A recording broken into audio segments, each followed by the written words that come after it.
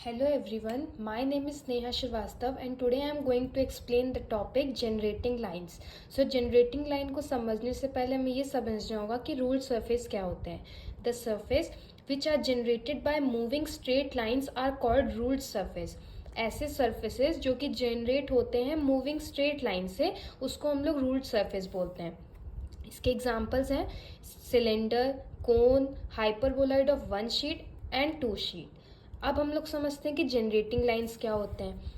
Ruled surface is defined as a surface which is generated by a family of straight line at one parameter is called generating lines. तो ये होता है generating lines. अब हम लोग समझेंगे cylinder को. तो अगर हम लोग कैसे सिलेंडर फॉर्म होता है जनरेटिंग लाइन से, तो अगर हम लोग एक फिक्स्ड लाइन लेते हैं, ये हमारी फिक्स्ड लाइन है और हम यहीं पे एक जनरेटिंग लाइन ले लेते हैं, इसको हम लोग जनरेटिंग लाइन ले लेते हैं. तो अगर हम लोग इस जनरेटिंग लाइन को इस फिक्स्ड लाइन के अराउंड रिवॉल्व करवाएंगे इस तरीके से, तो हमारा एक सिलेंडर फॉर्म हो जाएगा. ये हमारा एक सिलेंडर है.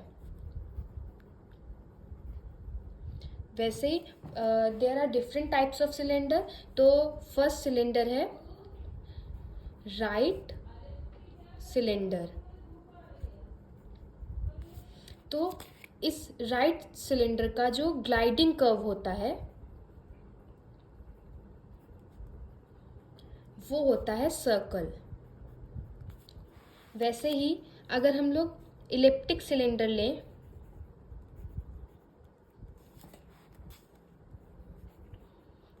तो उसका जो गाइडिंग कर्व है वो होगा हमारा इलिप्स. और सेम अगर हम लोग हाइपरबोलिक सिलेंडर लेते हैं तो उसका हमारा जो गाइडिंग कर्व होगा वो हमारा हाइपरबोला होगा. अब हम लोग कोन देखते हैं. तो अगर हम लोग एक वर्टेक्स लेते हैं, ये हमारी होगी फिक्स्ड वर्टेक्स, और हम लोग एक जनरेटिंग लाइन ऐसे ले लें. तो अगर हम लोग इस जनरेटिंग लाइन को इस वर्टेक्स फिक्स्ड वर्टेक्स के अलॉन्ग अगर हम लोग इसको रिवॉल्व करेंगे ऐसे, तो एक हमारा कोन फॉर्म हो जाएगा. इसे हम लोग बोलेंगे कोन. और कोन भी डिफरेंट टाइप के होते हैं. अगर हम लोग राइट कोन लें तो जो हर पॉइंट पे इसका एंगल 90 बनेगा, तो ये हमारा हो जाएगा राइट कोन.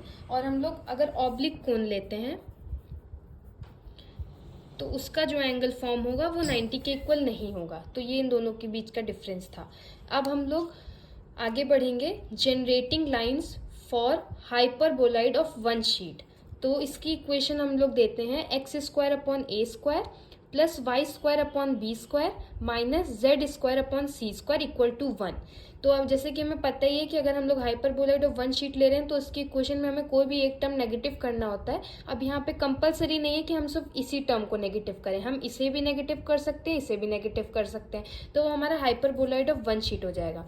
अब हम अगर इस इक्वेशन को रीअरेंज करके फॉर्म में लिखेंगे तो rearranging the equation we get x upon a minus z upon c equal to lambda 1 minus y upon b and x upon a plus z upon c equal to lambda 1 plus y upon b. ये हमारा हो जाएगा generating lines की equation where lambda is the parameter. ये जो lambda है यहाँ पर ये पैरामीटर है. अब family of straight line in parameter is x upon a minus z upon c equal to mu 1 plus y upon b. And second is x upon a plus z upon c equal to 1 upon mu 1 minus y upon b. And here mu is the parameter. अब हम लोग ने lambda और mu इसलिए लिया है कि जैसे मान लीजिए ये एक हाइपरबोलाइड का इन वन शीट का डायग्राम है. तो अगर हम लोग यहाँ पे ले रहे हैं तो इसका लैम्डा हो जाएगा. हम लोग मान लीजिए यहाँ पे अगर कोई जनरेटिंग लाइन ले रहे हैं तो उसका पैरामीटर म्यू ले लेंगे. ऐसी अलग अलग जनरेटिंग लाइंस के लिए अलग अलग पैरामीटर्स होंगे. तो यहाँ लैम्डा और हमने म्यू ले रखा है. अब हम लोग बात करेंगे generating lines of hyperbolic paraboloid की. तो the hyperbolic paraboloid equation is given by x square upon a square minus y square upon b square equals to 2cz. is a locus of line.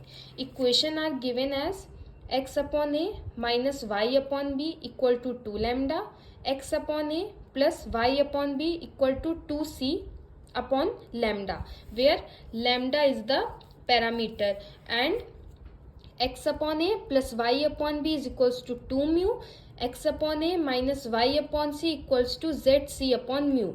Here mu is also the parameter. तो ये थी हमारी generating lines की equations for the hyperboloid, paraboloid and for the hyperboloid of one sheet.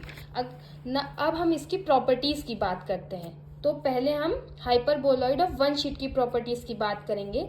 तो इसकी पहली property जो हमको ध्यान देनी है वो ये है, through every point of the hyperboloid there passes one generator of each system. उसके हर एक पॉइंट के, किसके, हाइपरबोलॉइड के हर एक पॉइंट से सिर्फ एक जनरेटर पास होगा.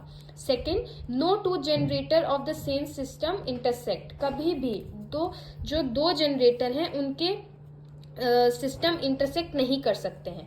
Belonging to different generator can intersect, मतलब कि सेम सिस्टम के अगर दो जनरेटर जो कि सेम सिस्टम के, वो इंटरसेक्ट नहीं कर सकते हैं, और अगर वो डिफरेंट जनरेटर हैं तो वो इंटरसेक्ट कर सकते हैं.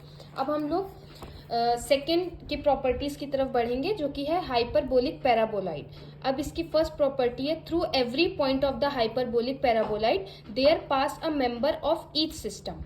Second, no two generator of same system intersect. कोई भी जो जनरेटर है सेम सिस्टम के वो इंटरसेक्ट नहीं कर सकते हैं. और थर्ड पॉइंट है, any two generator of different system intersect. जो दो जनरेटर हैं डिफरेंट सिस्टम के वो इंटरसेक्ट कर सकते हैं जो कि प्रीवियस की तरह सेम है.